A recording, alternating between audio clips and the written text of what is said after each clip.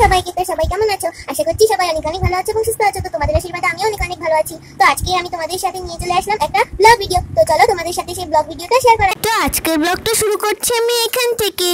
তো মা কিন্তু এখানে জিরেগুলোকে ধুয়ে নিচ্ছিল আর ময়দা এভাবে গোল গোল করে রাখা আছে মা রুটি বানাবে বলে।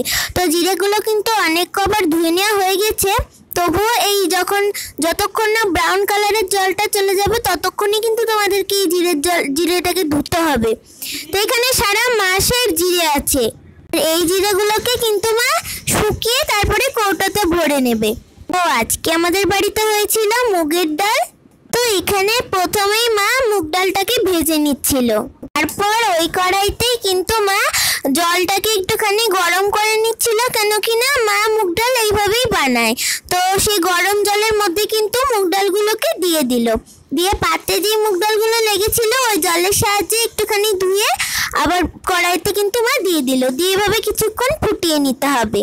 তারপরে মা এখানে ছাদে চলে এসেছিল, যেহেতু জিরেগুলোকে রোদে দিতে হবে ধোয়া হয়েছে যখন।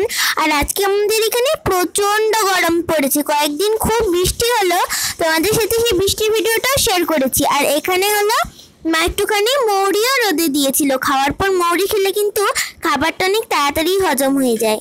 আর মা এখানে একটুখানি সেলাইয়ের জন্য পিস কাটছিল।